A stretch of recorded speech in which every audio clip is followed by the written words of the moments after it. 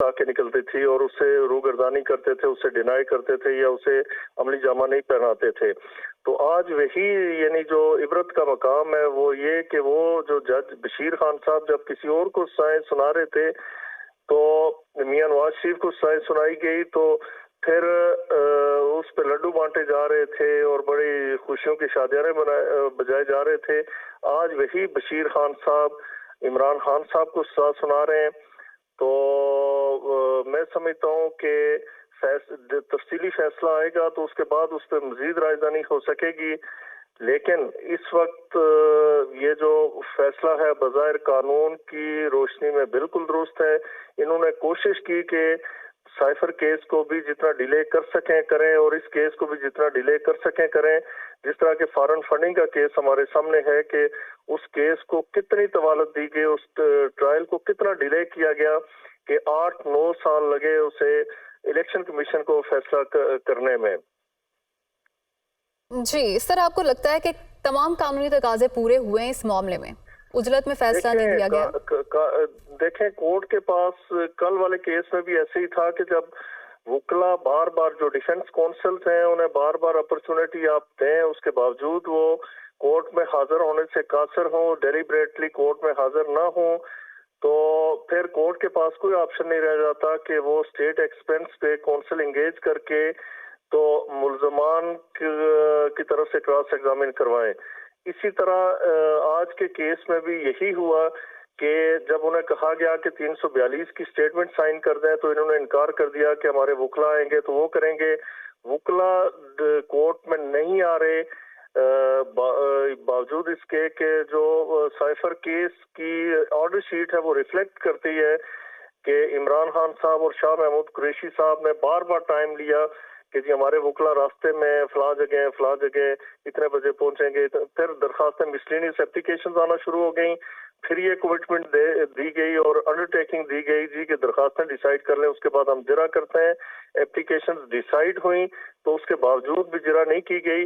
अब देखें कि उस केस के हवाले से बड़ी उंगलियां उठ रही हैं कि वो कहा गया, एक चैलेंज किया गया आजम खान के लिए, कहा गया जी कि ये कुरान पाक पे हाथ रख के कह दें कि वाकई ऐसे हुआ। तो कुरान पाक मंगवाया गया, वजू करके उन्होंने उस पे हाथ रख के गवाही दी।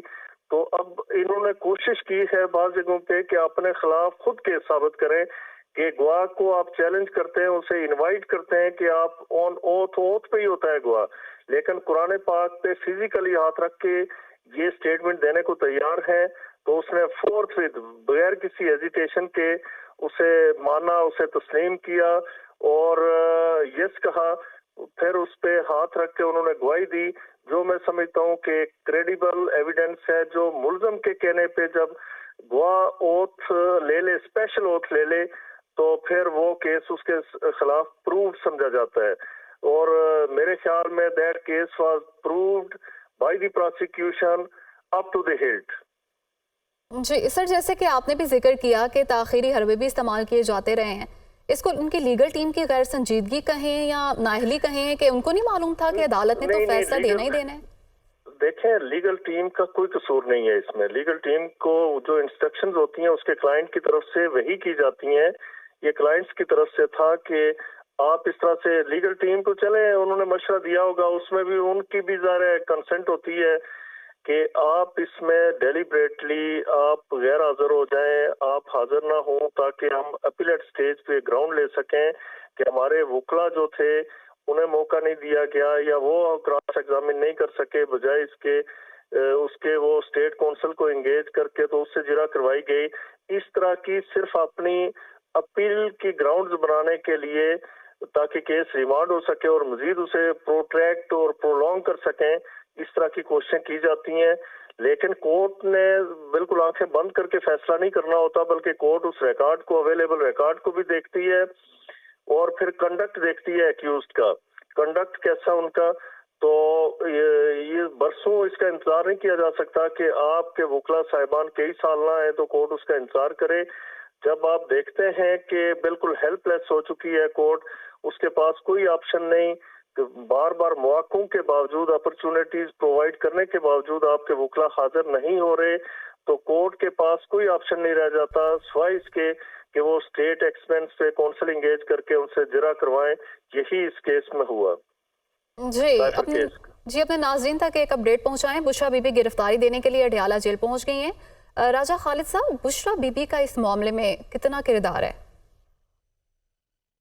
دیکھیے، یہ تو کیس کی ایویڈنس سب کے سامنے ہے کہ، اور آپ نے دیکھا ہوگا، ناظرین نے بھی دیکھا کہ جو آڈیو لیک سامنے آئی تھی، جس طرح سے آپ نے ملازمین سے وہ کہہ رہی تھیں کہ یہ جو توشہ خانہ سے چیزیں آئیں، ان کی تصویریں کیوں لیک ہوئی ہیں، وہ کیوں باہر گئی ہیں، کس نے آپ کو اجازت دی، اور آپ نے ملازمین کو ڈانٹ پلا رہی تھیں.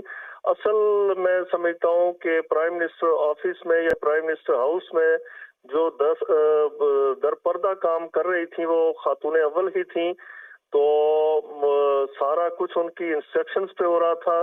اور ہر کرپشن میں سمجھتا ہوں کہ ان کا میجر ہاتھ ہوتا تھا، بڑا ہاتھ ہوتا تھا. ہر کرپشن میں ان کا میجر ہاتھ ہوتا تھا. راجہ خالد صاحب ساتھ ہی موجود رہیے گا. تجزیہ کار عبداللہ گل صاحب نے ہمیں جوائن کیا ہے. سر، بہت شکریہ آپ کے وقت کا. توشہ خانہ کیس میں بانی P T I Bushra be be کو 14 سال قید بمشقت کی سزا سنا دی گئی ہے. کس طرح سے دیکھتے ہیں آپ اس فیصلے کو؟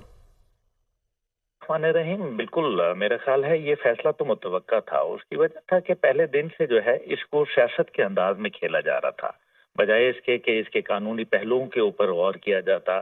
ابھی بھی جو ہے اس کو اگر آپ سیاسی انداز دیں گے، جو کہ ابھی بالکل درست فرما رہے تھے کہ پورا موقع دیا گیا، ہر قسم کے جو ہے وہ شواہد آپ کو لانے کے لیے کہا گیا، لیکن شواہد نہیں آئے.